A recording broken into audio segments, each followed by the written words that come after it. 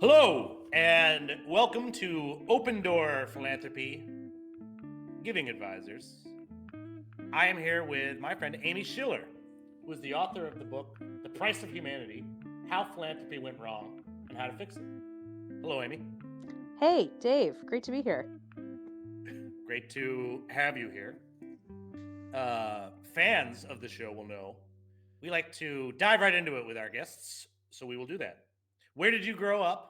What was your childhood like? Casual stuff. I grew up in Cleveland, Ohio, specifically a suburb known as Shaker Heights, Ohio. Baker Heights. Yep. What was my childhood like? I had two very loving, educated parents. I had four grandparents who, up to the age of 35, were all living. My dissertation is dedicated to my grandparents. I had uh, Sorry, your two grandparents are all around until you were 30. until I was 35. That's correct. Right. And I got my PhD at 34, and my dissertation is dedicated to all of my grandparents who were at that time still living, which is a tremendous jewel, a Yes. tremendous gift. And in fact, not to get too far ahead of ourselves, but I think uh, one of the many reasons that I chose to do that is because I had these grandparents and also these parents who really modeled lives of generosity, of community building, um, of lifelong learning. One grandparent in particular, my grandpa Howie, uh, he so because my parents grew up, both of them on Long Island. They did not know each other on Long Island. They met when they had both relocated to Cleveland for their educations, but they were from Long Island. And my grandparents, therefore, had the majority of their grandchildren, both in my nuclear family and two other, of the sort of combined siblings families. Um, a lot of all their grandchildren were in Cleveland. They were in the New York metro area, so they decided to buy a home about 2 hours from Cleveland, and spend the summers there in Western New York. And this is a place that I spent my summers. It's very important to me. It's called the Chautauqua Institution. And there, I say all of this because it is both emblematic of my upbringing and also things that shaped my perspective on philanthropy. So my grandfather would organize the neighborhood breakfasts in the little park, and he would go out and get like the donuts and the coffee. And like 2 weekends a season, we'd have everyone come in and just hang out and get to know each other in our little neighborhood. And he rode his bike around and with the permission of parents, I cannot emphasize this enough, would take these incredible portraits of kids and then develop those portraits and put them on cork boards and hang them in the ice cream parlor so that the kids could all come and see themselves, see pictures of themselves on this cork board. Um, and then he would give the negatives to the parents. And to this day, I still have people around this community who say, I still have pictures your grandfather took of my kids, of our family. We use them for Christmas cards, etc. My dad is a psychologist. My mother is a Jewish educator. And we were very active in Jewish community. We celebrated Shabbat and holidays. So ultimately very, nurturing, uh,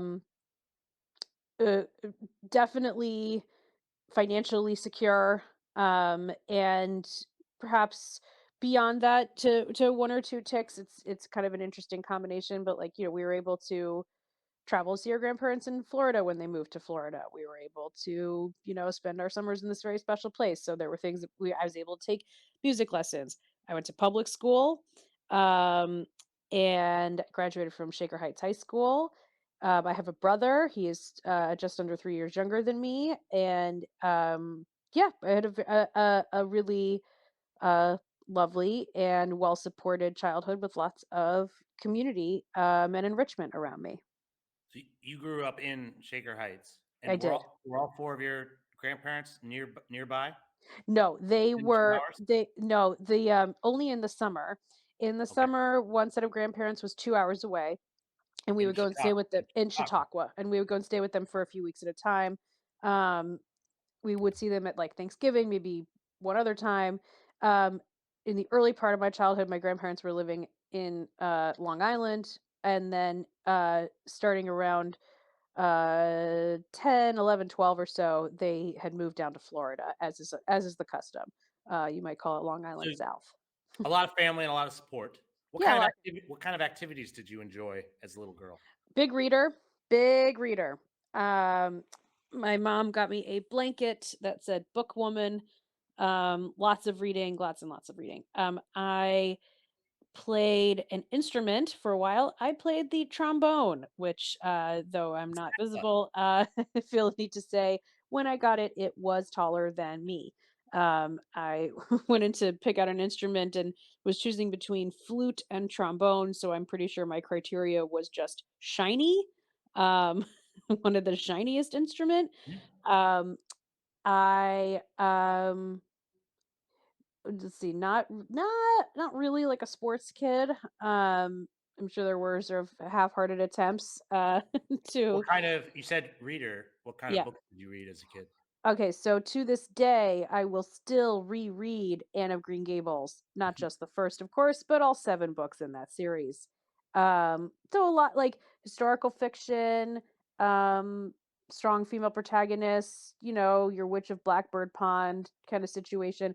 American Girls figured very prominently. I actually wrote an article over 10 years ago about the American Girl doll brand shift and got a lot of feedback from it. And of course, that's become a big discourse now, that Yeah. brand and how it sort of shaped girlhood for people. And I was sort of caught up in that. I assume you, as you've told me before, that the child of a historian will appreciate the contribution that American Girl dolls made to our broader He used to give historical. he actually gave a lecture about, Barbie dolls. Did you? My father used to, Your father. in one of his classes, Wow. one of the lectures it was a full lecture about the history of Barbie dolls in the US. Because I remember one day, like, he was doing research for it, and he had, like, a bunch of books about Barbie lying around. Man, That's the I had forgotten about that until the movie came out recently. I was able to watch the movie with him, which was pretty. And my mother is a women's studies professor, so um, I was a women's studies major in college.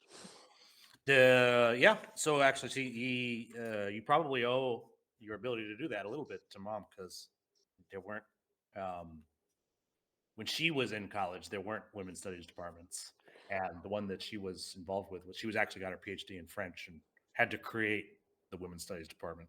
Fantastic. Well, And, I and am in fact, at grateful. the time, it was the same. My father was doing the same stuff around a topic that's called American Studies. Yep. Um, so, in general, we sort of assume women's studies, American studies. I think they're on almost every campus, but they are offshoots of other topics. And in particular, I think what I like about it is you go to college, you should you should be getting interdisciplinary at that point. I couldn't agree more. So it doesn't need to just be basic. Right. You should have a pretty good basic understanding of most topics if you're going to, especially a place like Colby College where they taught. Or where did you go Yeah. to college? I went to Brandeis Right. for Oh yeah, Brandon. undergrad. Yep. Yep. And I will say, weirdly enough, we are often sort of pushed to specialize in undergrad, and certainly if you go to grad school, as I did. And yet somehow I managed to maintain a commitment to um, inter or multidisciplinarity. When I was getting my PhD, I would frequently be seen taking classes in um, like the literature department or art history or something like that. Just because I really liked political philosophy, but I was not especially interested in you know like stats models, which is a lot of what the other course offerings were. And so I just sort of pivoted and went elsewhere. And then I managed to keep that going through the postdoc, which I just ended, which is the Society of Fellows at Dartmouth College, which also is multidisciplinary Mhm. um, as a cohort. So I seem to have sort of maintained a commitment quite against the grain of academic life, and said I'm ungovernable, I'm undisciplinable. well, I think that makes you a good fit for philanthropy. Thank I you. as well have been fairly interested because my parents were interdisciplinarians, which is a word that I have heard them both use. Hmm. Um, I majored in theater arts, at Dickinson, which I think is one of the most interdisciplinary fields possible. Right? Any Yep. play might be about any topic, right? Yep. So, Yep. and there are any play that gets produced involves engineers, electricity, art, paint, spoken word, written stuff like that. It's been a really great preparation for my career, which is, I think, juxtaposes some of the criticism that humanities education gets sometimes, that it's not particularly useful in the real world.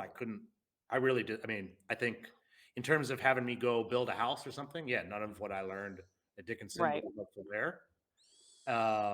But for putting a philanthropy program together or criticizing a philanthropy program, what I learned there is helpful on a daily basis. I imagine that was true at Brandeis. Absolutely true. I would relish my first job out of college, not to get too far ahead of ourselves. Excuse me, my first job was on the finance team for a gubernatorial campaign back in Ohio, for Mm. Ted Strickland, who then went on to win his race and become the most recent Democratic governor of Ohio. Um, and uh, and then after that, I went on to a consulting firm that works on running major gift fundraising efforts. And this was a pretty cool job. And I would often get asked by people who were sort of trying to break into the field, like what did I major in college? And I would love telling them that I majored in women's studies. Love it. It was just like exactly that thing. Like, let's rewrite the script here. You can do a I lot once with your had a job. education. I was in a job interview, and the guy interviewing me, I think, didn't want to hire me, but had me in any. In I think he was asking what he believed was a gotcha question, which Yeah. was, how is a theater degree going to help you Right. Right. And I gave, I think, probably one of the best answers. I did get that job because I gave one of the best I completely turned him around on that and explained why. So in general, my answer was that theater is lots of people coming together to create something that no, not any one of them could have done, right? And Right. that's relevant to any endeavor. So, right, you should really want to have me here. One of the reasons I think Unfunded works as efficiently as it does is my board chair and I both have theater backgrounds, and so we have very similar, um, you know, shared language and experience. The process of theater is something that we're both familiar with, and so we're able to work together in that way. Man, Occasionally, I will I'd be listen to a podcast episode of you guys talking about just that. I'm inclined to yeah. agree with you, but I'd love to hear the details of how that gets played out. Where I really know it's true is when I work with someone who has never been involved in any kind of art production whatsoever.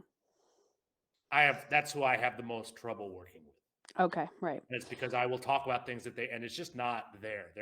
They've never created art, Mm, so the process of it doesn't really exist. right. But for theater, particularly, what a lot of the theater experience that both Margaret and I have is community stage theater, which is, generally no one's getting paid. Right. There's a limited amount of time and resources, but there is a focus on excellence. Yes. And Very good. in general, and there is a process that almost guarantees excellence. We will rehearse this until we are excellent at it. Right. Right. Right. And if we're That's not great. excellent at it, that means we haven't rehearsed it enough. And we know how to, there are different types of rehearsal. This is a field that has existed for hundreds and hundreds of years, thousands possibly, arguably, Right. Right. since Thespis first stepped out of the chorus. Right? Yes. Yeah. So this is a profession that's got a real big jump start on philanthropy. If Margaret and I had to rely only on philanthropy terminology and processes to Right. communicate to each other, I think Right. that would be very difficult. I agree. I totally agree. Wow, that's great. I love that. In general, I think we do agree having just read your book, you and I agree on quite a bit when it comes to philanthropy. I've got a couple points of disagreement that we'll get into later. Oh, And I'm all of these excited. questions are just sort of setting you up there. Yeah, no, great. One thing that's actually very similar between you and I, we're still in the on background section here, but this also comes up in your book. You and on page 10 tell everybody that you're Jewish. Yeah. I, That's pretty late for me, to be honest. yeah. Why did you take so long? No, I am in the habit of. I don't necessarily look Jewish. I don't think people. Your name is Schiller, So I imagine there's probably people who just assume, right, I without any mean, other. yeah, Yeah. right. This never really They're not never happened to surprised. me. They're not surprised to have it confirmed. You know what I mean? Yeah. Yeah, I guess they wouldn't be able to know because Schiller could be a German name, which Yeah, is almost the opposite of being Jewish. disagree And with that, but we'll move on. you could be named Schiller and be extremely not Jewish. Sure. Right. Right. Right. I didn't mean yeah, not that's not I didn't exactly mean opposite, but the Yeah. that is one of the challenges in how to count Jews. Mm-hmm. But there are some studies that used to go off of surnames, and they found it like just wildly inaccurate approach to Yeah. No. Yeah. counting Jews. Um, but yeah, I'm Dave Moss. I have blue eyes, and I live in Maine, and I don't. It's not something that gets assumed very often. And I don't like people. If they don't assume I'm Jewish, they may assume I'm something else, and I don't want them making incorrect assumptions about my identity. It's important to me that I'm Jewish, and so I usually tell people pretty quick, even if it's not particularly relevant to what we're talking about. But I've found that it often is. It's usually good for people to know that, and also I don't want to hear. There've been a few times in my life where someone who didn't know I was Jewish said something very anti-Semitic, and I like to avoid those sorts of circumstances. But I wanted to ask Yeah. a I little can bit about. imagine. I'm going to assume you mentioned it because it's an important part of who you are and an important part of how you would approach this topic of right the price of humanity. Is Yeah. that Yes. The question is like, why did I just take talk this? And about your Jewish identity? Is this important enough for you to put it right near the right. front of the book? Right. And this is not a book about religion or being Jewish or anything like that. No. No. No. No. So the broad strokes, yes. As I mentioned, my mother is a Jewish educator. Everywhere we would go in Cleveland, I would get a lot of like, For our Goyisher audience, what is a yeah, Jewish educator? right. So, one thing that the Jewish community, and certainly not exclusively, but certainly the Jewish community has done, is set up an apparatus of supplemental educational institutions.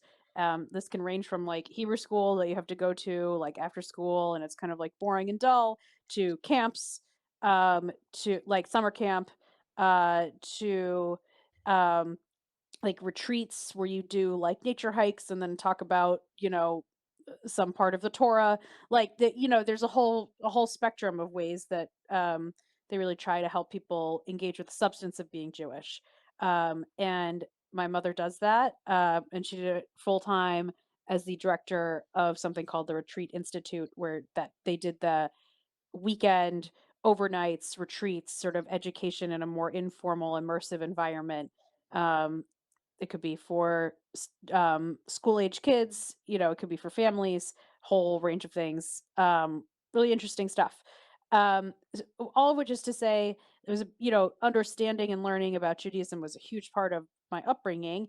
And everywhere I would go in Cleveland, if it was attached to the Jewish community, they'd be like, "Oh, you're Judy's daughter. Oh, I know Judy." Like there's just a constant in my life. Um, in the book, what I bring up is honestly, I brought it up because this particular incident, so a bat mitzvah is the coming of age moment, bar or bat for a young Jewish kid, when they sort of reach an age of maturity where they can be responsible for their own communal contributions and ritual practice. And part of what that includes in its current sort of iteration is that you do some sort of service project. And so there's a whole anecdote about the service project in the book because it's a great window to me into, is philanthropy supposed to like make us feel better about ourselves, or is it supposed to help us sort of engage with people who are different from us, to learn about others, to kind of decenter ourselves in an important way. And I in the B'nai Mitzvah projects, those two things had sort of become conflated, where it's like, oh, this is a thing that you're doing to demonstrate a kind of concern for others or an interest in the needs and the lives of others, but in fact, more and more, the expectation is that it be something that is somehow like affirming of your identity or affirming of yourself. Um, and I found that interesting to put it in the book. And then more broadly, of course, like growing up with a strong Jewish background, um, we did grow up with values of what is called tzedakah. Just the it's not it, it is it includes the imperative to donate money to sort of engage financially in social justice, but also to pursue some kind of activism or volunteer work that helps to kind of make the world a more just place. Um, so that is all very much in the background, and I say all of that with the punchline that actually the book that I have written, now looking back over it as I've done for a couple of months now, talking about it with folks, is like this is an incredibly like Goyisha. It's an incredibly like not Jewish book. We've got stuff in there about Saint Augustine. I've got stuff in there about Notre Dame Cathedral. I've got a lot of stuff in there from like a lot of other strains of literature and of religious influence, and it's actually surprisingly not that focused on the very rich, varied um, texts and ideas from Judaism about giving. And perhaps one day they will come back, make their way in a more prominent role into a future writing project for me. Excellent. So there was, sounds like decent number of Jews in your community growing up. Yeah, Cleveland has one of the largest Jewish communities. It's kind of a sleeper in that way, but it's true. They're like per capita, This is especially on the east side, probably a very big difference between your Jewish experience and mine. That we do have a temple here in my town, but it was different denomination. So, right. and the rabbi had like offended my mom. Some I don't really remember all the So details. you just had the shul you didn't go to. You didn't have the shul you go Yes. to. You Yeah, only that's had the the shul you joke that didn't we have. go We have to. in fact told that joke. Yes. But That's well, great. usually we would go to I had cousins in Massachusetts and would visit them often, and that was most of. There were more Jews living down there, and that was like if anything, if I went to a bar mitzvah or a bat mitzvah or anything like that, it would have been down. It would have been down there. The bat mitzvah. That's another thing that when my mother was a little girl, that was if you had said bat mitzvah, nobody would have known what you were talking about. The first ones Right. happened in the 1970s. Right. And for a Jew like me that didn't come from a Jewish community, that it is one of those concepts that like doesn't right because my mom never had one, and Mm. I don't think the women in my family have them. And I personally think it's much harder to turn a boy into a man than it is to turn a girl into a woman. I only have experience with the one, but it's a very difficult endeavor. And Mm. many of the boys that tried to do it with me did not succeed. And I think they might have benefited from a bar mitzvah experience. Interesting. Interesting. The but the, and in one of the, and in that section, I think it was a pretty big coincidence. I think there's an that Jewish organization that you criticize and don't name in that section, and they wrote a sentence something like or this young girl has a problem, right? She wants to do her bar mitzvah project, her bat mitzvah project, but she doesn't know anyone blind, sick, or poor. Yes. That was it's a quote, I should say. It's a quote that she gave to a Yeah, no, Jewish I am priest in almost London. certain that that organization sent a proposal to a group that I was involved with a long time ago because I No remember that. way. I'm almost certain I've read that sentence. Meaning the sorry, just to clarify, the sentence is she didn't know anyone who was blind, sick, or poor? Yeah, no, I remember I used to be involved in a Jewish giving circle, and we would give grants to Jewish education organizations and stuff like that. And I remember one that was a sentence. I think that sentence was like Well, right up front in the grant proposal. Like that's the fun that this organization helps little super rich privileged girls find blind people. yeah. The blind I tell you what, the blind really stuck out to me, it when I first read that sentence, just for the reason of, like, poor and sick are sort of these vast categories, and it is kind of astounding that one would not know someone, even someone, like, sick, but, blind is so bizarrely specific, and it just struck me as sort of comic, like, poor, sick, or blind, uh, and, uh and I don't know if you're I pointing hated it so much. It's of hard course, for me of course. to express It's it how much it's I hate this. it's so objectifying, right? And that's Well, kind of why it's stuck it with me. also it perpetuates the notion of Jews as some sort of privileged, ultra privileged class. We Totally. don't even Right. know poor people. Right. What is a poor person? Like I a know Downton I Abbey. have always known poor, sick, and blind people, always. Wow. I mean, you're an exceptional man, I've always said. No, it's really not, and that's not an exception. Right. Right. There are Right. Jews who are poor, sick, and blind. And I think you And you also other rightfully pointed and out that also that was an extremely Christian thing to say. That was a very correct. Christian way to put that That's right. at a Jewish organization, and that's something that I think Mm.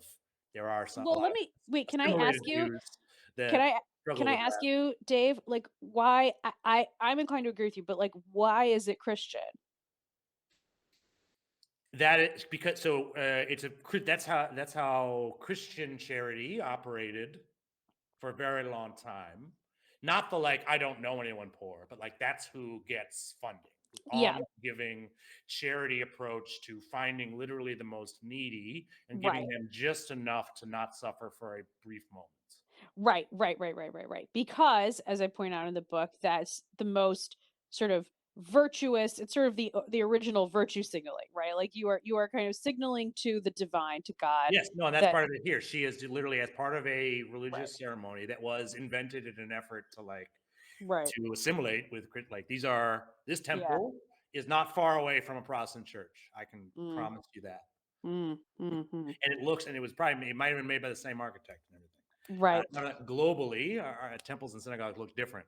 right, right. And That but so that this is I a very right, American thing to like mix, totally, and we're getting into a bunch of mixed interdisciplinary topics right now, but like it's indeed, just a big blend of Judaism and Christianity and old approaches of charity right.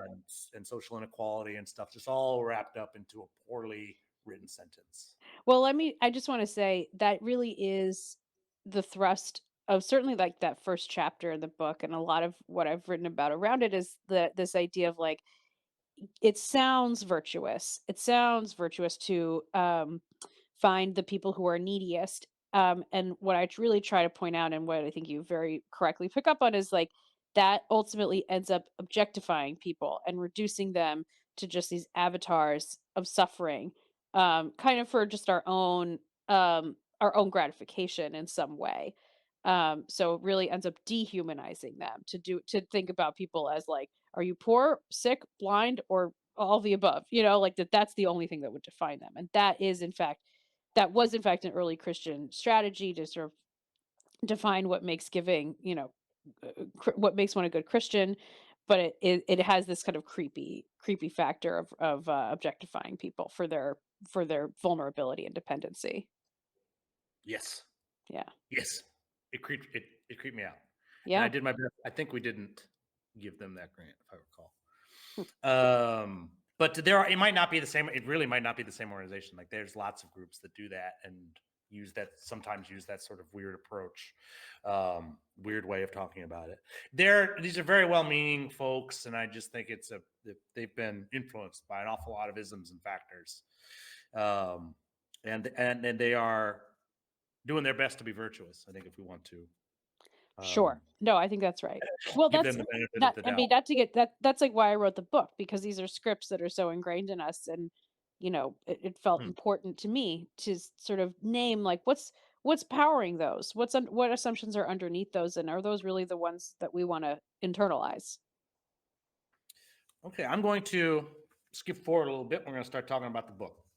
Like I Great. mentioned, I wrote down some questions for you um, as I was reading it. Before we get into it, I want to point out this is not your first book. It is my first book. It is your first book.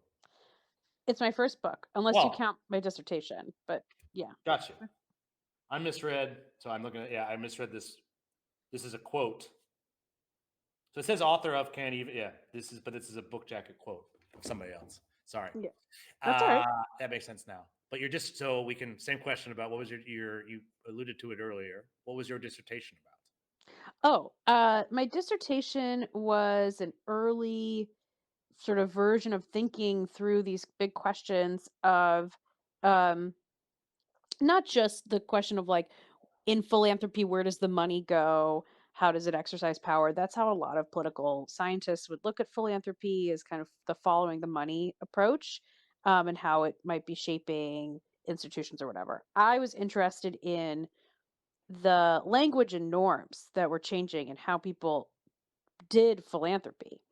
And I had some contact with this from my work in major gift fundraising, as well as the work that I'd done in philanthropy advising on a freelance basis.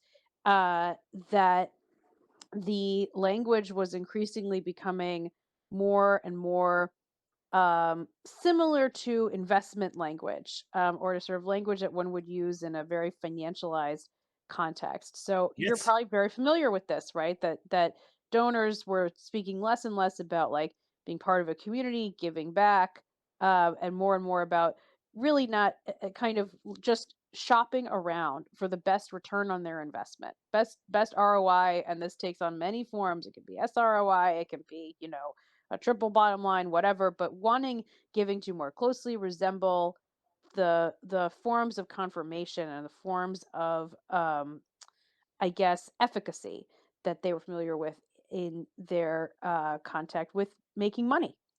And that felt interesting to me as a kind of indicator of how collectively on a kind of both on a sort of individual psychological level and on a kind of collective norms level, we were changing our understanding of like what philanthropy did, how it shapes us, how it shaped our understanding of ourselves in relation to other people, and therefore as kind of collaborators in building what I call a common world. And so the other piece of the dissertation is that it draws heavily on the work of Hannah Arendt, um, and a lot of what she writes about the building and caring and maintaining of a common world, and whether or not philanthropy can be deployed to do that. Very That's good. my dissertation. And then, this book is ostensibly about philanthropy. Got the word philanthropy up here. Yep. You come from the world of philanthropy. It's I know we met at a philanthropy conference, and as you mentioned, you've done some philanthropic consulting. Right. And I think someone might describe this book as a criticism of philanthropy. Would you describe it that way, as a criticism of? Um, so in grad school, I wrote a paper, and I think it was about Foucault. And my professor came back with comments where she said, "Well, you brilliantly skewer him, only to then redeem him at the end. What a good daughter." I hasten to add, this was a woman, a feminist professor. This was not like a creepy, infantilizing comment. But um, so, is it a critique of philanthropy?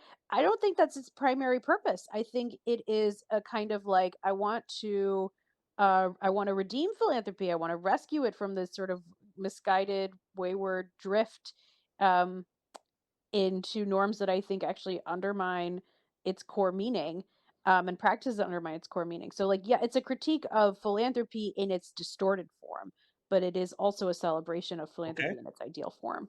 So I would. So as I was reading it, I certainly believe that I read that it's a criticism. Yeah, that's in there for sure. I just don't think that's I the don't think you're critic. I think you're, as you say at the end, right? There's redemption, and you point out a lot of philanthropy's successes, and you certainly don't like condemn it or anything at the end. Although you certainly don't need to. I don't think I would disagree with that professor that you can't like. I've criticized plays and said they were, but and still thought they were worth watching. Oh, sure. Like but I think you are leveling a strong criticism in this book, and that criticism is of capitalism. Yeah, that's right. Okay. All right, we'll move on to the next question. Well, I'm sorry, do you want me to I mean, okay. No, Uh, my question here is why is it phrased so clearly as a criticism of philanthropy when you just pretty quickly agreed with me that in fact it's a criticism of capitalism? well, because it is a criticism of capitalism, sort of identified and explored by how it has how capitalist norms have infused and permeated philanthropy. So there are many books that criticize capitalism on scales, large and small. Um, I thought Yes. it was, you know, Yeah, you would have been right. uh, on a big shelf there for Right, sure. I would have been on a big shelf, but I think so like there is of course the competitive advantage question, but That itself is a sort of capitalist strategy. But um, I think to be more, more precise, um, I I thought it was uniquely significant that philanthropy was sort of curdling into another extension of capitalism because to me in its ideal form philanthropy is Hurtling into an extension. yes, I don't know if that's you're right. The visuals on that don't really work. But Can like I can I try to posit a different visual? you can. I think might be helpful. So as I Yes. mentioned, my father is a historian.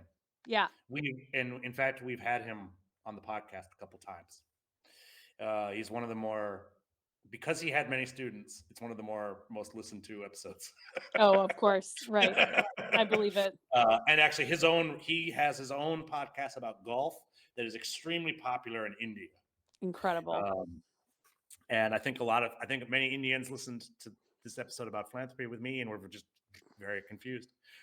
But he has a whole. He did a keynote address at one of our conferences, and he did a bunch of research and has a theory about philanthropy.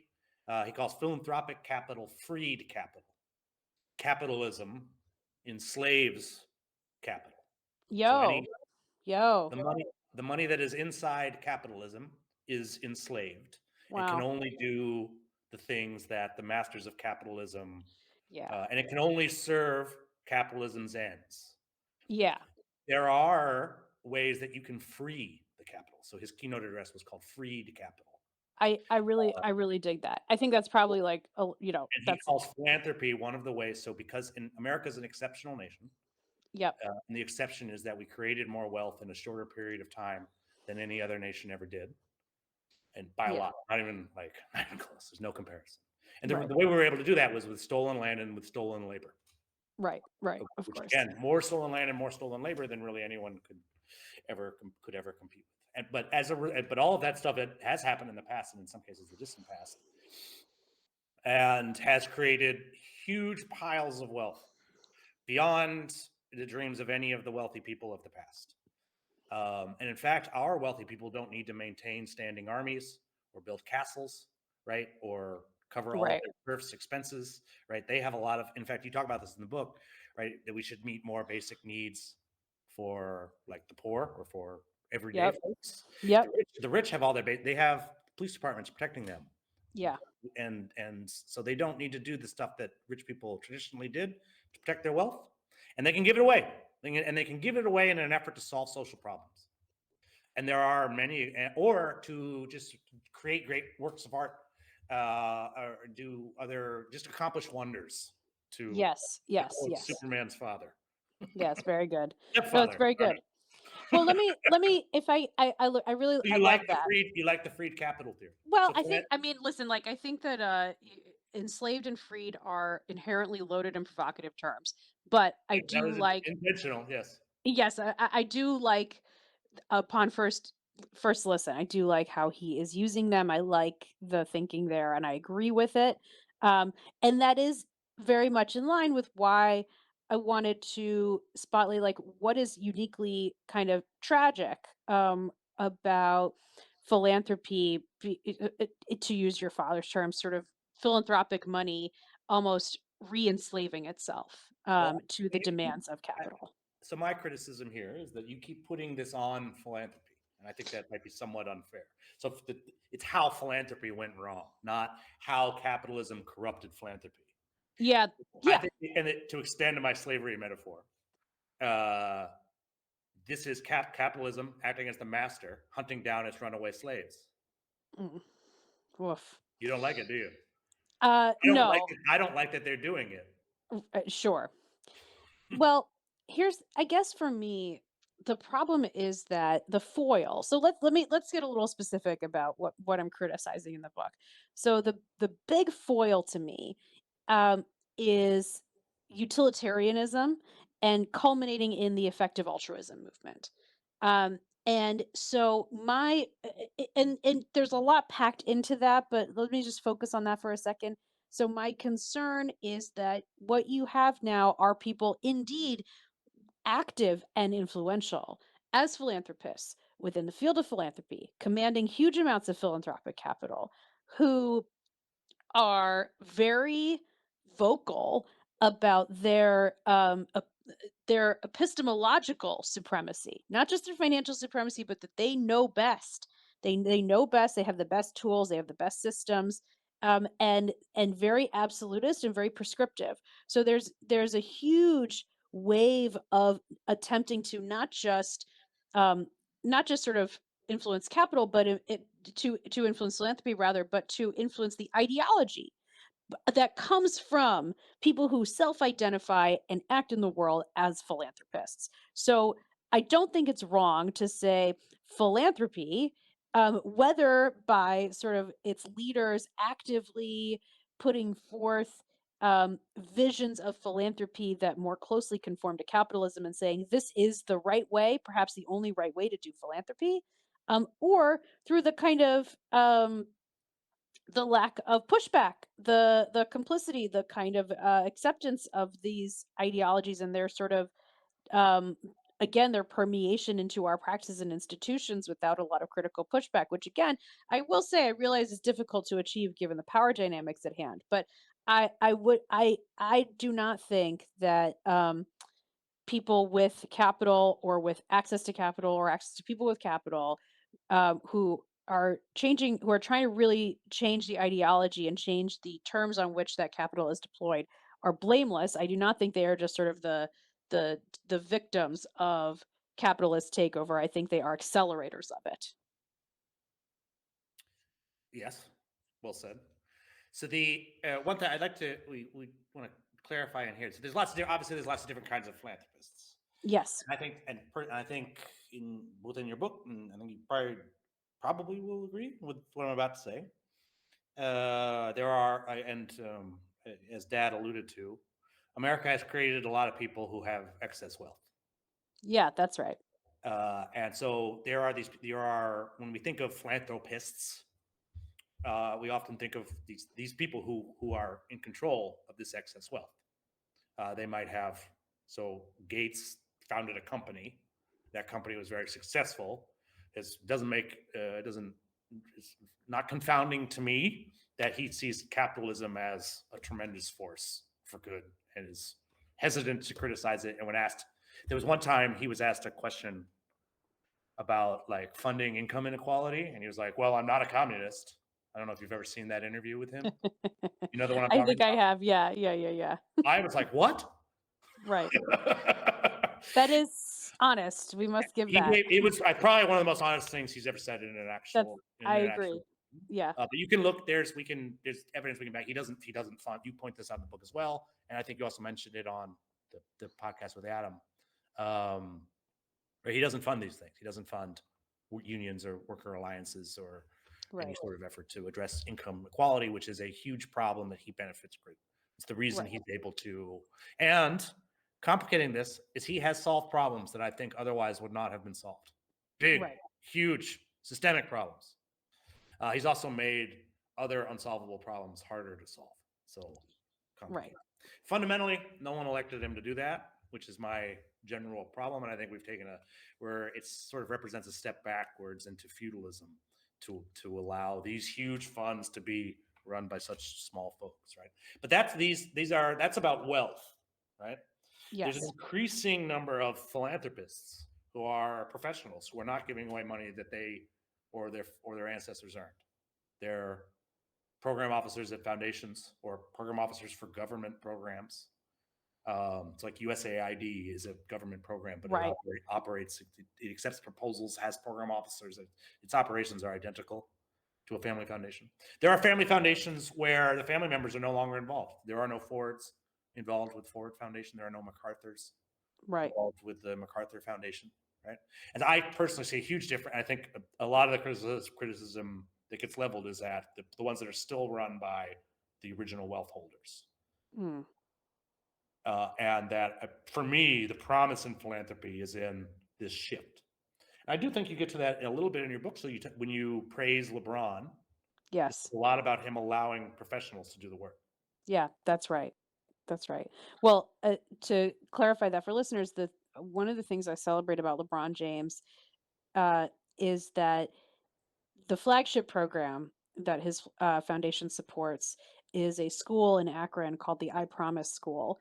And I think maybe the first thing to note about it is that it is not a charter school. It is a public school that has a collective bargaining agreement for its teachers.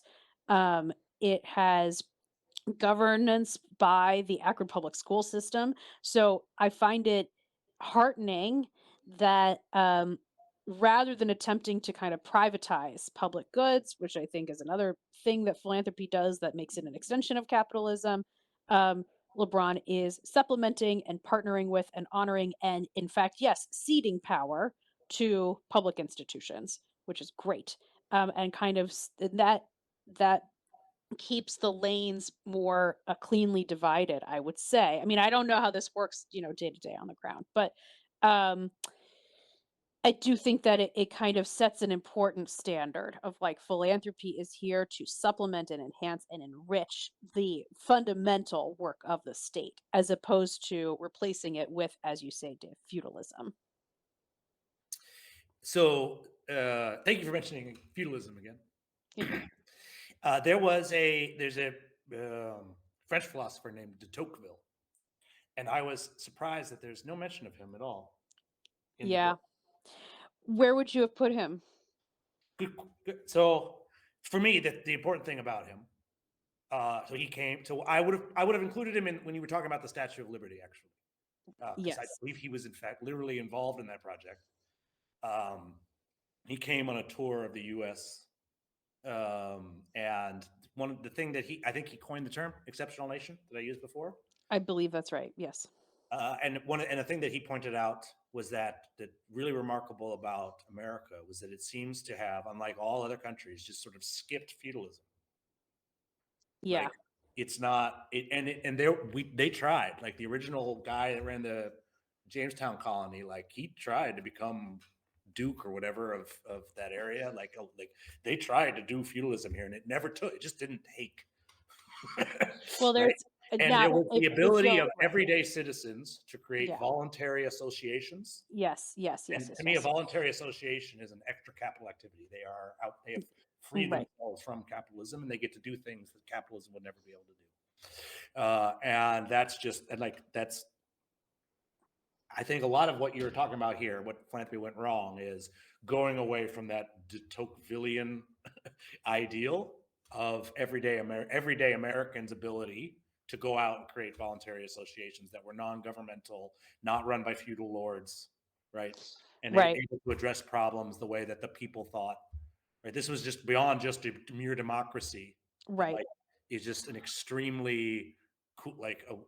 He was super entrenched, and it is.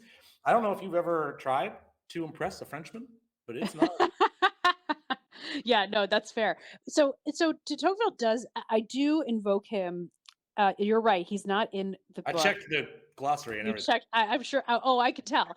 No, he's not in the book, but he is I have uh, I had one op-ed published in the LA Times, and I have another coming out in the Chronicle of Philanthropy soon, where he absolutely is an incredible reference for this kind of vision of a more egalitarian practice of philanthropy, and exactly for the reasons you state that these voluntary associations um, they do make us an exceptional nation, but they also um, are affirming of people's agency, to come together to create something new, to create, some kind of improvement in their world, and to see that power that they have, both as sort of individuals and in a collective, reflected back at them in the thing that they created. Like, I think that's a really powerful feedback loop.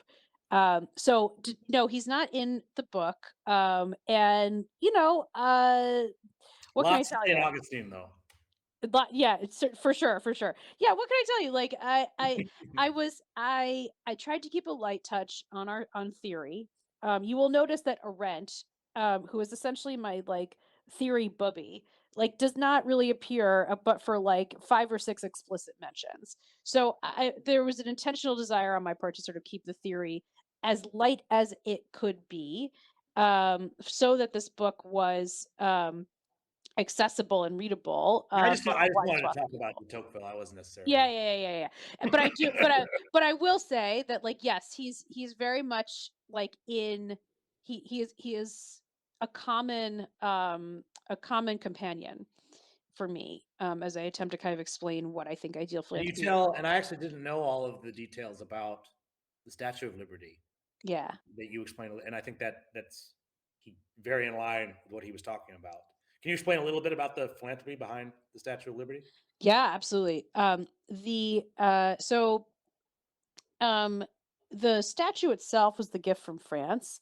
Um, and in the 1870s, they sent it over and they said, it's your job now to, like, install it, which makes sense. Like, why would France know what to do with that? How would they know that? Whenever you give Um, someone a sculpture, it's their job to put it somewhere. Yeah. right. Certainly, if you're doing it overseas, you know what I mean? Like, it's logistically, I see the logic there. Um, and I did, so it sat because, there were questions of jurisdiction, who had the kind of responsibility of oversight. Was it Congress who gave Bedloe Island for this purpose for it could be installed? Was it the state of New York? If it was the state of New York, would there be some kind of, like, national funding? It was all the kind of usual, like, federalism nightmare of, like, actually responsible for funding this thing. And the result was that, the Statue of Liberty sat, it's like if you've ever ordered, like, a gaming console or an electronic device or something off of Amazon, right? And it just sat in the box because you didn't wanna deal with installing it. Like, that's pretty much how we treated the Statue of Liberty. Sat in a warehouse, and, you might think, "Wow, what a great opportunity for the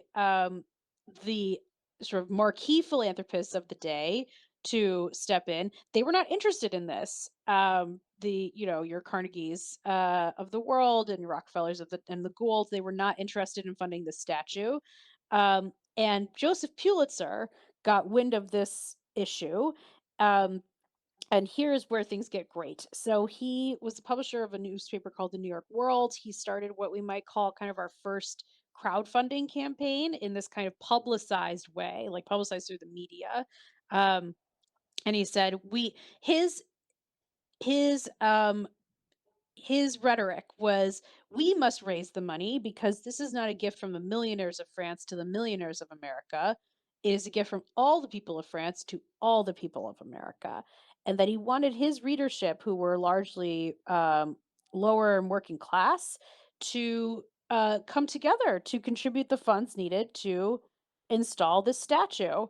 And they did. They sent in, in these gifts in these tiny increments of, listed 5 cents, 10 cents. And it was in fact very proto Kickstarter, because if you gave $1, you would get a 6-inch replica of the statue. And if you gave $5, you would get a 12-inch replica of the statue. And Smaller gifts, any gifts of any size, were listed in the paper the very next day. So this is March through August of 1885. They raised over the $100,000 uh, that was required to pay for the installation of the statue. And it's an incredible, to me, story of um, people coming together to create their common world and feel a sense of ownership and agency over its shape and its design, and see their own powers that are reflected in it and bring something new into the world. Wonderful. Thanks. Like I said, I didn't know all of that about the. I knew it was a gift from France, Right. and I think I had remember hearing that like Carnegie didn't want to pay for it. Right. I remember hearing. Aha, but who did? And that's what Obviously, what someone paid for it. Yeah. Yeah, right. No, and I think that's one of the things that's very exciting about philanthropy and just in general exciting for the world going forward is like who's going to pay for what. Yeah, 100%. Most That's right. important, I think, really fundamentally the most important question of the 24th century: who's going Mm, to pay? Who's going to pay to solve which problems? mm. I like I that. think a lot of times philanthropy gets right. Someone will just be like, and I've seen this criticism, right? They list off the world's like climate change is terrible, and there's refugees, and there's wars everywhere, and that philanthropy hasn't moved the needle. And I'm like, so they haven't solved all the world's problems yet. Well, can we I, can I say a thing about my favorite chapter in the book? which Please. is the chapter on Notre Dame. So there's a whole Didn't they also chapter. crowdfund to fix that? That's what you were. You know what? You could say that. Certainly, there's a piece of that. Although I think it's a little bit different because there's this combination of like mega, nine-figure pledges, um, from Yeah, I the remember when it happened and there was all the big response. right, and Um, that really is why I write about it because it's such a great microcosm of exactly this question of like who's going to pay for what because the the issue that I found was you had the fire at Notre Dame happening right on the heels of Macron tax cuts and austerity politics and major protests like the yellow vest protests about slashing social welfare benefits and increased costs of the standard of living in France.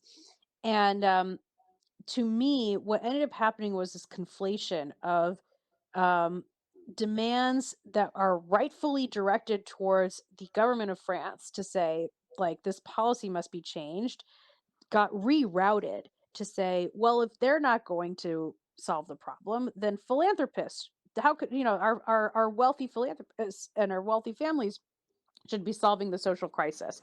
That was the response of like, how could they pledge all this money to restore Notre Dame when they haven't fixed the problem of like poverty or homelessness or what have you in Paris. As if this was a sort of self-evident thing of like it was impossible to do one without the other. And to mhm, me, it got at this question exactly as you put it of like who is supposed to pay for what. And I wanted to lend one interpretation that I hope would bring some clarity and say like it is, in fact, some of this is supposed to be paid for by our government, our basic needs for survival and basic dignity of life. And the things that make life worth living are also excuse me, the things that make life worth living are the responsibility of philanthropy in conjunction with and supplemental to our governments. So that we rather than conflate those things and say philanthropy is responsible, how come philanthropy isn't fixing this? We sort of understand like that's not a problem that philanthropy is set up to really solve. And it's probably not even good if the philanthropic solution is not an ideal one mhm. because it's not democratic. Yeah. No, and I've been asked. I get asked all kinds of questions by folks, and recently I've been asked a few times um, about philanthropy's role in various intractable, seemingly intractable conflicts. So, like philanthropy's role in the conflict in Gaza, for instance, or Right. which I've none, basically none is my. Yeah.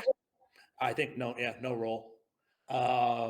And same with the like border crisis here in Right. the U.S. What's Right. philanthropy in particular? So one of the largest crowdfunding campaign, one of the like I think the most money raised on Facebook in 24 hours was after we saw images of children in cages. Yeah.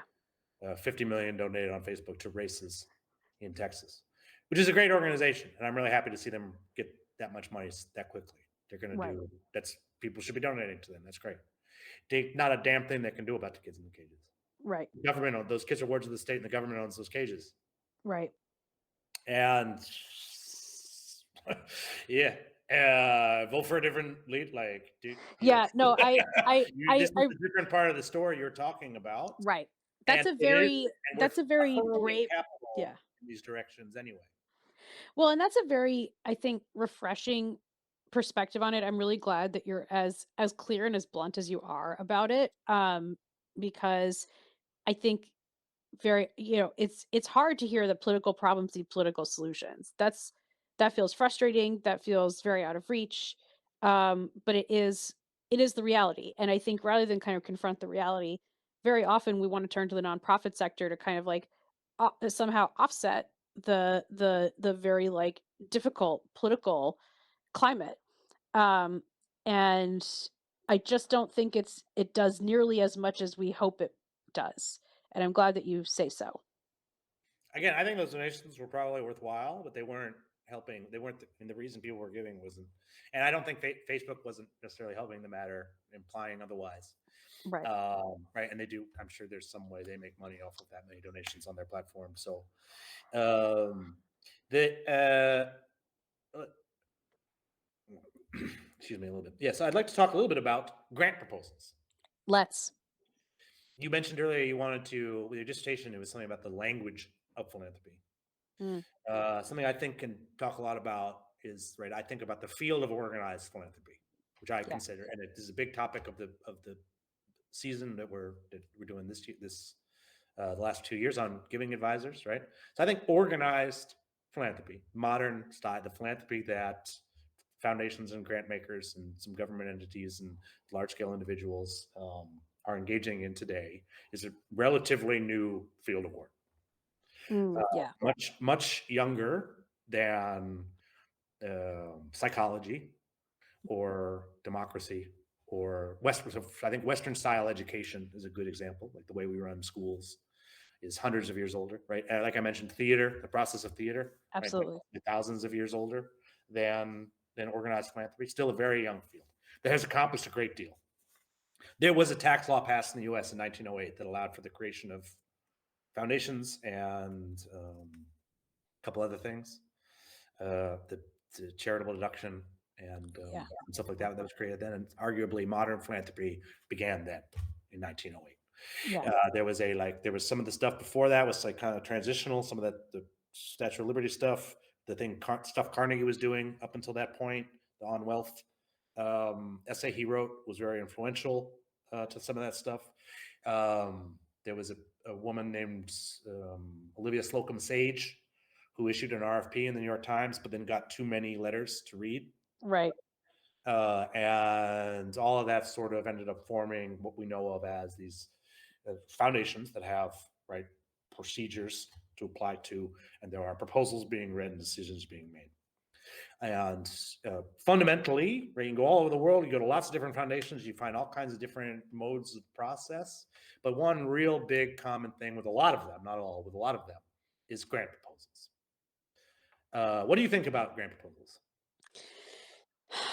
So I have a bit of a sort of Churchillian view of them, which is like they're probably one of the worst ways, the worst procedures of going about and distributing Yeah, so I'm philanthropic sorry, I'm gonna dollars. interrupt you. Yeah, I actually, I have an essay I've written that's gonna be published soon, and you're about to steal a line from it. I don't Sorry. think you must have read it or something. But yeah, I say it's like one of the headers in the thing. It's the worst form of philanthropy that's ever been tried, except for all of the other forms. Except for all the other forms, right? Exactly, because the Olivia Slocum Sage situation is sort of the perfect rejoinder. It's like, well, if we have no procedures and we have no gatekeeping, then we're going to be completely bottlenecked.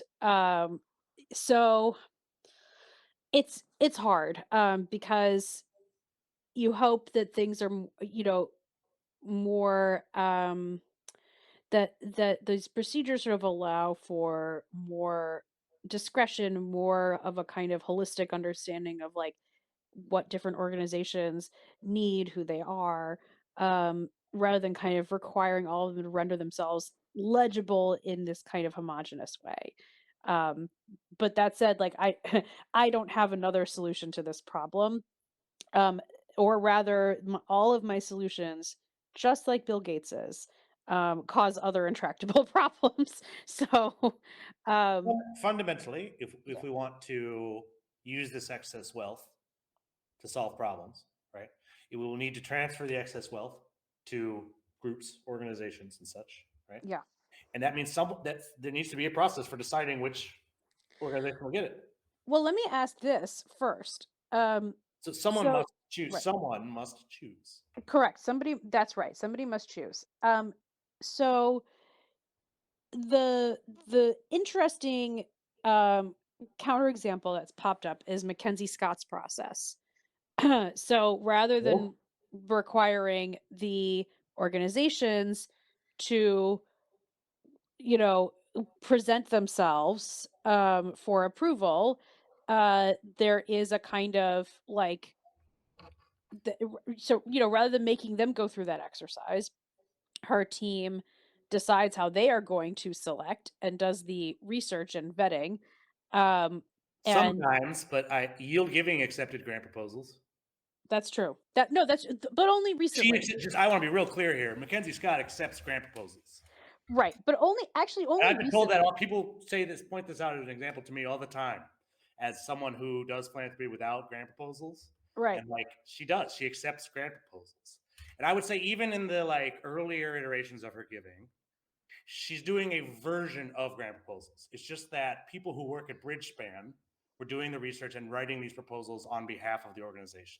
Yeah, right. No, that's absolutely right. That's absolutely right. Well, but it sort of gets at this question of like, okay, let's take apart what's onerous about proposals, right? Is the problem that they have a kind of standardizing, flattening effect that doesn't really do organizations justice? Is it, or is it that they are simply like time consuming? Um, and do you know what I mean? Like how much of the problem do we solve um, by like instead of having the nonprofits seek out and write these proposals, we have this kind of uh, team of team of researchers identifying them and doing it on their behalf. Like, to what extent does that resolve some portion of the problems that we have identified with grant proposals by removing the burden of having to spend the time on them? Now, as you mentioned, it I think it creates some other issues. And I will say I think there's very few people who speak one on one with more proposal authors than I do. Yeah. And I have spoken to folks who have received funding from Mackenzie Scott. In one case, I had to give we do a call. So they get a critical feedback report from us, and then they do a call with me to discuss the feedback. And I was doing a call one day, and I woke up that morning, and I'm looking over the news, and I see there's another list of new grantees from Mackenzie Scott. And my call that day, they're on there. Mm, So I'm going to talk to them about how we've criticized one of their unfunded proposals from a few months ago, right? right. She just got the phone call from, right, getting $5 million or whatever. Right. To their credit, they showed up and were extremely interested in discussing the feedback. I thought maybe they were going to no show me or whatever. Right. Right. Right. They and some other groups that got the funding have mentioned that while they are extremely grateful for it, that it was a little bit disruptive the way that it came out of nowhere. Yeah. In some cases, this was like there was one group that I talked to that got the gift, and they had literally just finished a like 6 month long strategic planning process Okay. where Yeah. they had come up with a 5 year long plan, and they were in like week 2 of their 5 year plan, and they had to throw it all out, all the work Right. they've been doing, Right. and obviously they had been being considered for this funding during that time. If Yeah. there had been communication or outreach, that all could Right. have been avoided. And I For sure. really, I don't, I'm sometimes in the position of having to criticize people because no one else will. I'm a big fan of Mackenzie Scott, and I think what she's doing is great. I think it's exactly how someone with that much wealth should behave. I Yeah. don't really have any criticisms there. I think some of the like, some of the unqualified praise should be qualified a little. Is all. Yeah. Yeah. Yeah. I'm pretty much in that camp as well, as you know. Um. Yes. Yeah. No, Okay. and you do. And to be fair, in the book, I think you are fair on that stuff. But it was very interesting for me, and I don't really ever get to have my "I told you so" moments. But I had people telling me all the time, they're like, "Oh, Dave, Mackenzie Scott's made you irrelevant. Grant proposals are dead now. There's no more. Not going to be any more. We're doing trust based philanthropy, Dave, and there are no grant proposals, right?" But I really haven't heard anyone practically explain to me how we're actually going to replace them. And I Yeah. think it's really telling that like eventually Mackenzie Scott started not just accepting grant proposals, but like it's a pretty rigid program. You have to have a budget of $1 million a year Right. and your 501c3 status, Right. no fiscally sponsored groups, like a lot of the stuff that that's Yep. out. And I Yep. understand why organizations that have to read a lot of grant proposals that want to run a program that's possible to run, right? That's why they have such restricted levers. And here's the other thing about all the proposal authors I've talked to. Yes, it's onerous to write grant proposals and very time consuming. I think where I personally think that's a huge tragedy that we're trying to address here is when you take a lot of time to write a grant proposal and you receive no response whatsoever. Right. I will say they want to write grant proposals. I don't know any of these folks who are telling me that they don't want to do it anymore. Right. They want the opportunity to write about their programs and to submit those proposals to funders that will respond to them, either yes or no. They understand that it's time consuming. They want to put that time in, but what they're just encountering like not even closed doors, walls. Right. Right. Yeah, I think that's super important, and I also think that, there's grant proposals, and I'm thinking of the problems that my clients have had. There's grant reports. And I don't know if you want to get into that question, but to me, like grant reports in some ways, like a proposal, yeah, you like once you sort of work out the language of like, here's who we are, here's what we're doing, here's our theory of change, here are our metrics, da da da, da, like actually, like there can be some. I mean, sometimes it's very rigid, and sometimes if you have a relationship with an institution, they're like, just send us 2 paragraphs and like, we'll kind of work this out with you. In my experience, even rigid institutions are pretty flexible about Yeah. reports. Yeah. Interesting. So I think what becomes time consuming is They won't. You have to get the report in. Don't get me wrong, yeah, but like it's not like with the original proposal. There's a deadline. You miss that deadline, and that's it. Like right. once you're already a grantee, it's generally a little bit different. And Right. like this, I'm going to quote Darren Walker, right? Yep. Uh, like there is no circumstance that means you don't have to send me a report. Like Yeah. they're given large amounts of grants. Like that's their job. They take their job very seriously. There has to be communication between grantee and grantor, and Right. that's what grant proposals and grant reports. And when I'm asked to submit a grant report after having been given a grant, one, I think about the fact that I obviously think this is an opportunity to help get the next grant, to communicate about the Yep. good work you're doing, and Yep. put yourself in a position to get that next grant. It's an opportunity to do the work. And again, the proposal authors that I talk to, they want the opportunity to do this.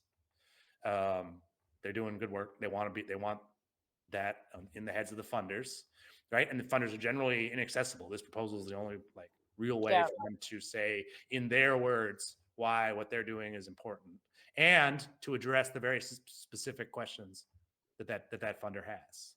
So Uh, can I just propose one possible fix here seems to be like here so what Mackenzie Scott has is the ability to completely staff her team. Like she can just have a ton of people working on this, presumably, right? Like I don't know how many people are on this team, but like you she wouldn't can be able to do. I think if she did an open proposal process, where like yeah, literally anyone in the globe could send a proposal, I think that even she would not be able to staff that team. even she would not be okay, fine. But given You'd be the talking millions of submissions. yeah. But given the parameters that she now has, she's able to completely staff it.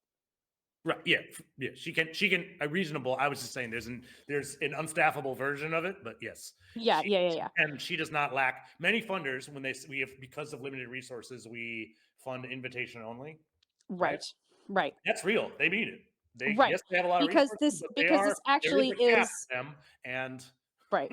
Because this actually is a problem of funder capacity, right? This is because when you say, "Oh, they're not getting funding's any very administrative. response." There's a lot of work Right. sorting proposals, and it's Right. just a lot of And work. to not be getting the feedback is indicative of like, oh, like there's not enough staff to service the universe of proposals, and therefore you're just left with this vacuum of communication. And so, it's like it's awkward to suggest like, "Oh, should there be more program officers?" Like that feels weird to say. But maybe if the problem is we're not getting enough attention, we're not getting enough feedback, we're not getting enough like actual support in getting us funding, then like then that feels like it's a funder responsibility to more thoroughly staff their efforts. Yes, it does feel like a funder responsibility. However, I think we can look at many decades of actual practice and Yeah. see that they're not. This is a responsibility that they're very comfortable not meeting. Right.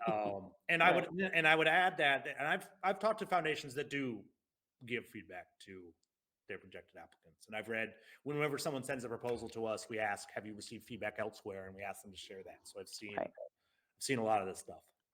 Um, and I run a program that Yes. only gives feedback. We don't have to choose winners. We Yes. don't have to do a lot of the stuff that foundations have to do. We only give. We get to focus 100% on giving feedback to these grant proposals. And thank So goodness for you guys. we're able to do it very well. Yeah, I believe We it. don't. Ha- I know it. We're not focused on other things. I don't believe any foundation, even if they did staff up, would be able to do it as well as we do, because they would have other they would it wouldn't Yeah. be their primary focus. They wouldn't, and they Yeah. can only give feedback from the perspective of one funder. Right. Okay. Yeah.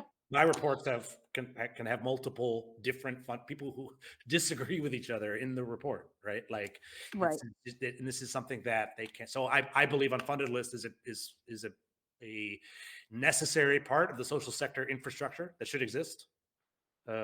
Similar to like why Carnegie built libraries in towns. Now we have Right. libraries in more towns. Right. And this is just a part of the infrastructure that exists that Yep. allows us to go forward.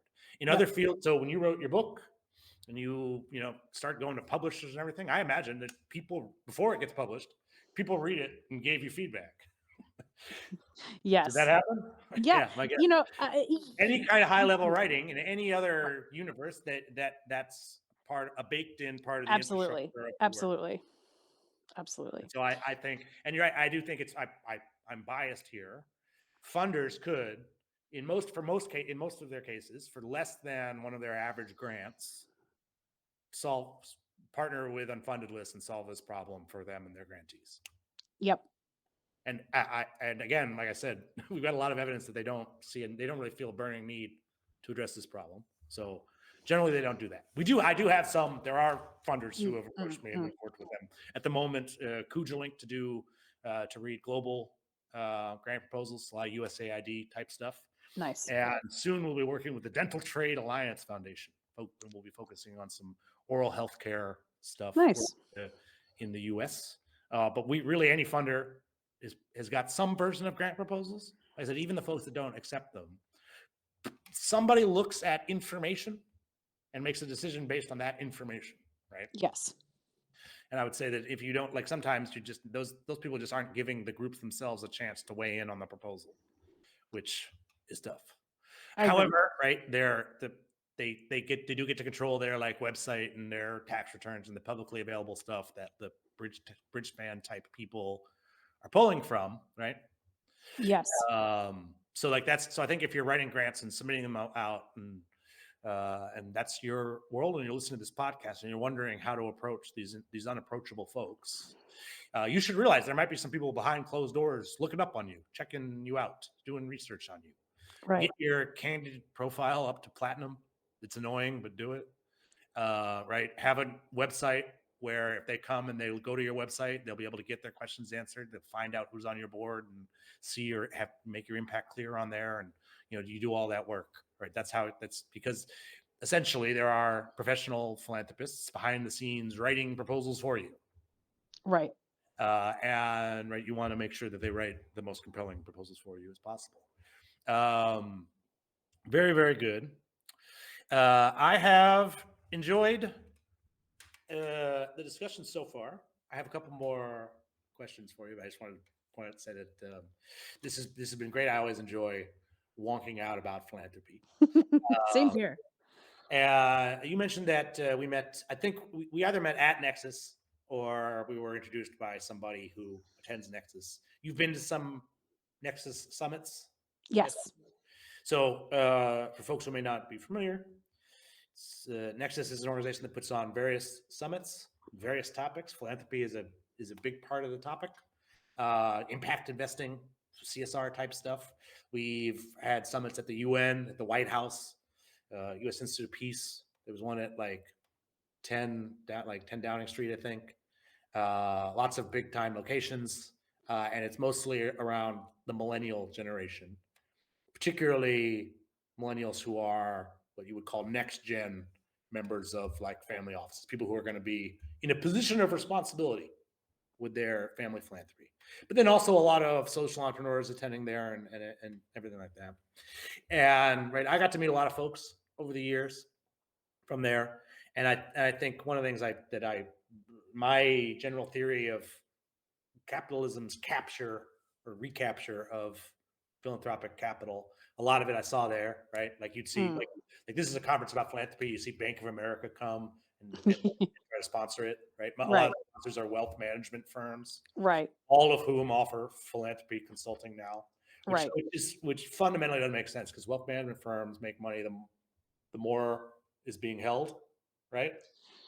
So, Why would they? I have to assume that they see the philanthropy consulting as a loss leader. Yeah, no, they know that they, yeah, and absolutely. I've had some very, I used to be on the like Morgan Stanley Next Gen Speakers Tour, and I've had some very, very candid conversations with them about that. And yes, loss leader is a word that they used, right? Right. But they fundamentally they don't want it. They don't want their clients giving money away because then they make less money, and they have a actual shareholder responsibility in that regard. So it's weird. It's weird to me to see that kind of stuff happening there. One time Comcast came in and gave a really weird speech. The lady at the foundation, she was from the Comcast Foundation, but she was talking about back then the merger between Time Warner and Comcast, which Bizarre. she was not. She should not have been talking about. Oh my god. Great. And and also I would say that some of the nonprofits founded by some of our peers, age-wise, have been what I would call failures, despite being able to build for themselves huge brands and respect from the world of capitalists. Ha. And what makes them failures? They failed to address the social issue that they claimed that they were going to be. Right. They Right. might have they did capitalism things. They failed to free any of the capital. Yeah. Right. And so, Understood. and you mentioned some of them in the book, and you gave some details that I didn't even know. And in particular, like Kiva, I Yeah. remember knowing there was some nonsense there. But I mean, it seems like they just straight up lied about what they were doing in an effort to bring more money in, right? Uh, I mean, I'm gonna allow you to use that term. I think yeah, I'm for comfortable with me, it. They could yeah, sue me that if they want. fine. Well, listen, like what was interesting to me about Kiva, Some was misleading information was presented to donors. well, the information was that your dollars go directly to the person whose profile you're sort of clicking on. That was very much the impression that they gave. The reason I'm sort of hesitant to call it lying is because I'm sort of like, if anybody gave 2 seconds of thought to what was Sure, going sure. on, I don't. it would That's sort of be not clear. me. Right. Misleading is what I'll Yeah, go with. yeah. I'm Not the sure. crux, Right. not the crux of my question here. I think Right. the like commodification of philanthropy in Yeah. these cases is the like is the point. Absolutely. You mentioned Red, Kiva, Yep. and Yep. Tom's in the book, each Yep. of which were about purchasing things, Yes. really, Yes. and not really about and purchasing things is that's when you're trapped. That's when you know you're enslaved in capitalism. As That's Bobby Shriver said, we want people buying houses in the Hamptons based on this thing. Yeah, Like, that's I right, know that's how we'll. That's what sustainability is. And like right, that's exactly. the opposite of sustainability. That's Right, right. that's some nonsense. And I would also and so these folks did enjoy success of sorts. Yeah, They celebrity, money brought money into these things, yep, whether or not that actually moved the needle on stuff. right. There's other there are nonprofits still around that I don't think are doing anything, but I would have an outlier opinion. For instance, I don't care for charity water. I think a lot of people think they're doing great work. I don't. Global Citizen Festival, I think, is Oh, just yeah, it's just a concert. right. But that guy's on. I see him on TV all the time. Like he's some sort of like he runs a nonprofit. And so there are those sorts of, and we've reviewed proposals from these groups. I call them the like People Magazine groups or USA Today groups or Mm, Good Morning America groups, yep, nonprofits that would be a really good segment for Good Morning America. I right. happen to think Unfunnelist would be a great Good Morning America. We could do a little segment there, right? But it's not. We're not like it's. It'll be Well, easier. what makes them good You'll be able media to, hits, producers can find something easier than that. right. What makes them good media hits is like they are doing exactly what those media do, which is selling feelings. Mhm. They're just selling feelings of like, oh, if you give money to this, you're gonna feel good. You know, you watch this and you feel good. It's very simple. It's a tight circle. It doesn't require a lot of thought. It's just like it's vibes. You know, the vibe is like I do. Oh wow, this does this, and you've got these numbers, or you've got this like this report, or this logo, or these pictures, and like yeah, wow, like let me put my money in the feelings vending machine. And so, yeah, do you think? And I've also seen a lot of folks from our generation. We're approximately the same age. We don't need to say what age that is. But the ones like they I've seen a lot of ones that you become big booming things, big brand and everything, and then really kind of fizzle out and not have the impact. And I think parallel to that are just a lot of really hardworking folks that are having impact, but really don't have any resources and are like Yeah. really never going to get them because they're not able to like their work is not as easily commodified, or they are outright resisting efforts to commodify it. So I just wanted to ask if you, what are your thoughts on the hopes of our generation? Are we going to get our act together? Are we hopelessly addicted to capitalism? Um, when you say our generation, so I'm 39. So when you say our generation, I am slightly older than you, okay. only by a little bit. Um, so that I think there's I think we are a bit of an awkward transitional generation, if I could speak in such broad terms of like, Yeah, I'm like the oldest millennial. right. And I think that we were still at sort of the tail end of this triumphant of capitalism triumphant, between like the 90s and the sort of boom in tech wealth, and then like we've just seen wealth skyrocket in this resurgent way, especially like post Cold War. And so I think there was like an early sense and an early sort of formative script that said like, "Oh, like capitalism really can make the world better." I think a lot of us are, to the extent that we ever internalize that, we are unlearning it. We're having to sort of unlearn it through this kind of hard critical reset. And that might be as we sort of come up against the very difficult realities of like the lack of economic mobility for millennials compared to their parents' generation. Some might be coming up against it because of student debt or because of wage stagnation or like the cost of housing and childcare just exploding. Elder care is going to become a huge issue. So like there's going to be sort of hard realities that sort of show like, oh, actually like capitalism has left us all kind of fucked. um but the generation that I think intuitively understands this is the one behind us.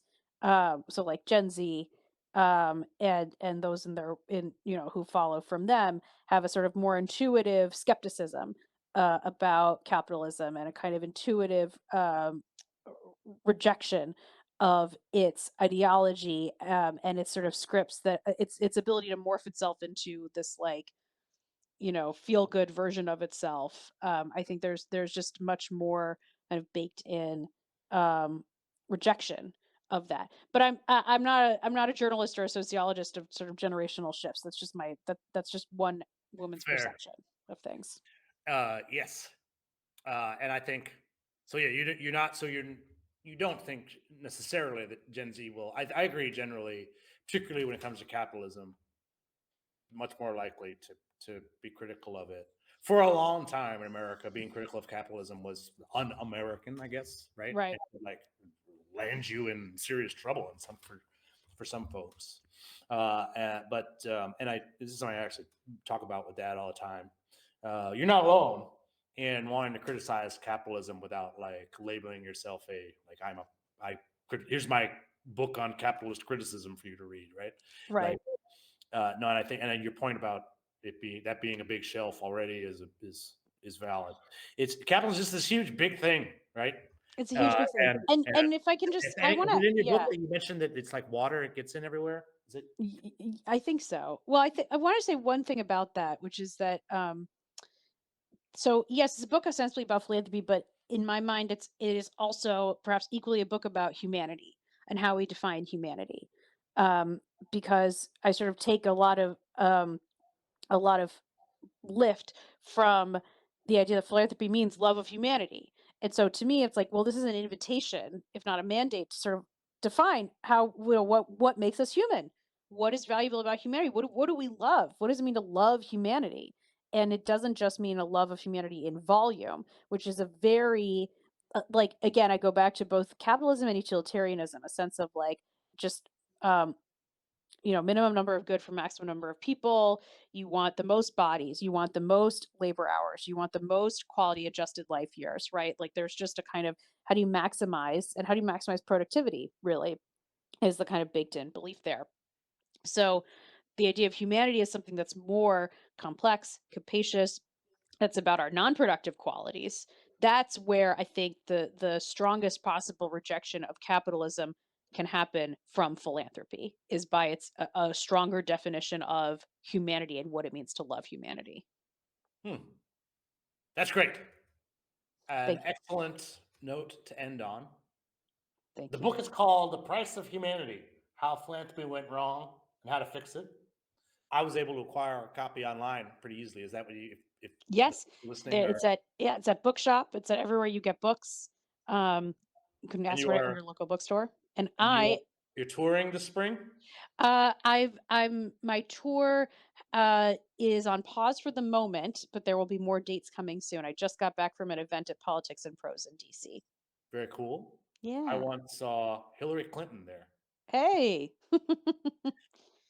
I used to live at Davenport, which is not far from Politics and Oh, Prose. okay. Yeah. Yeah, yeah, And yeah, yeah. I saw Hillary Clinton long before the, like, because that's right next to the Pizzagate Right. pizza shop, yeah. Oh my goodness, that's right. It totally is. I think it's owned by Um, the same, maybe owned by the same person. I Uh, want to I want to say by the way, and I don't know if this is something you need to include, but you asked me about my upbringing before, and I neglected to mention that as a teen and early college, I wanted to be a rabbi. Which it feels important to mention in part because it feels akin to theater, the theater desire of like, I want to speak, I want to perform, I want to Many engage, rabbis I want to are captivate. also actors. I've in Exactly, fact, I've been in a exactly. couple. I've been in productions with multiple different rabbis, and also there's part of being a rabbi. Some rabbis are also cantors, which Right, is they're performers. That's it's 100% performance. right, Um, right. and So I wanted you to know that there was that's a very fellow feeling there. yeah, yeah, yeah. I think you would have been. I think you would have been an excellent rabbi. Thank you. I may well Um, become one. but I also think as Judaism is a flexible tradition, as evidenced by the Yes. fact that you had a bat mitzvah, right? It's very true. And Very that true. you don't necessarily need to be a rabbi, right, to go out there and teach people things. And certainly that's something that you've been doing. Thank you. I agree with that And I 100%. think, and in fact, I've met, as I mentioned earlier, like not all rabbis are great. But So, I'm great. I'm great. That's the important thing. no, you are. I actually, not for nothing.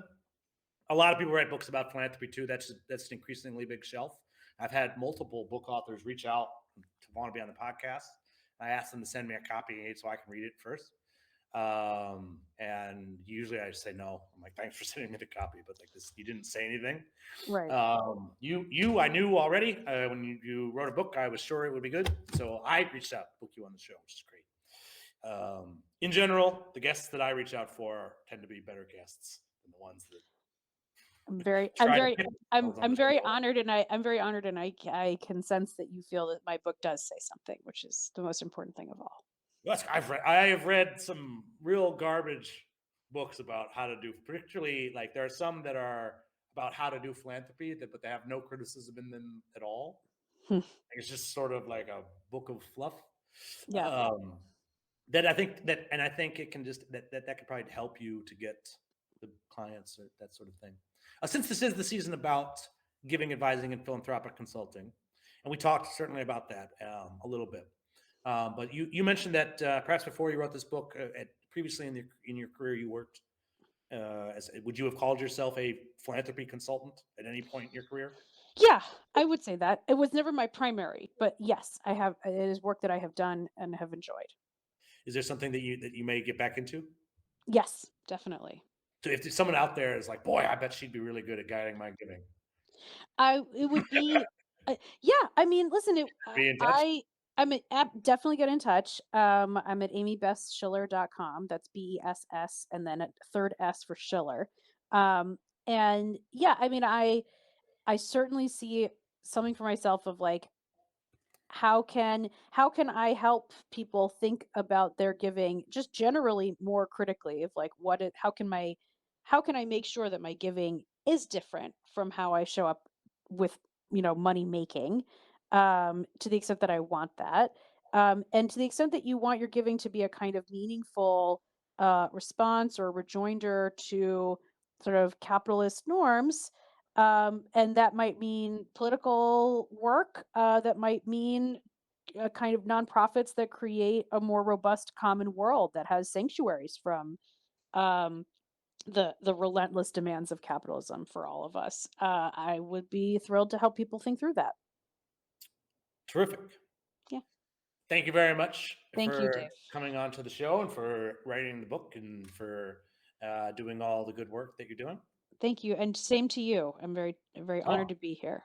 and thank you, David Jaffe, for recording this and editing it and putting it Yes. together. Thanks, No Dave. doubt by now he has started the closing music. We have we have special music that I had composed by one of my college roommates Nice. that we use for the podcast. And I imagine it's playing in the background now for folks as we take you out. But I guess that somewhere around here will be where David ends. There was a good ending in there somewhere, right?